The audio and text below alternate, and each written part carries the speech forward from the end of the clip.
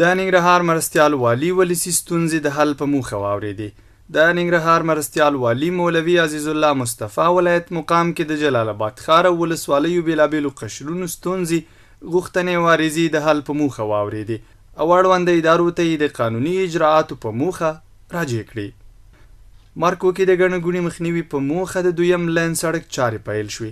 د ننګرهار ولایت شینوارو ولسوالۍ اړوند مارکو بازار کې د جلالاباد تورخم په لویه لاره د ګڼې ګوڼې مخنیوي په موخه د 1.5 کیلومتر سړک د جوړولو چارې پیل شوې. د ننګرهار اقتصاد رئیس د FGI موسسې د بایومټریک له چارو څارنه وکړه.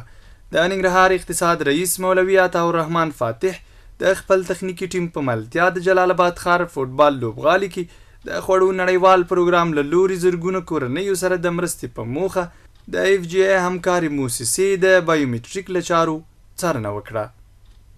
په پکتیا ولایت کې د 10.3 میلیونه افغانیو په لګښت 18 ښوونځیو او دیني مدرسو د بیا رغولو چارې بشپړې او ګټې اخیستنې ته وسپارل شوې. د عامه روغتیا وزارت د وړاندیز پر بنسټ په لومړي ځل د هیواد په 313 ولسوالیو کې د عمومي روغتونونو د جوړېدو لپاره له داخلي بودیجې څخه باندې 6 میلیارد افغانۍ منظوري شوې.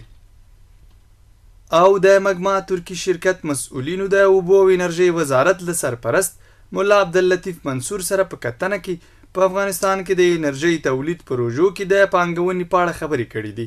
د اوبو او انرژۍ وزارت د معلوماتو له مخې د مګما شرکت مسؤلینو ویلي چې چمتو دي په افغانستان کې د انرژۍ د تولید پروژو کې پانګونه وکړي.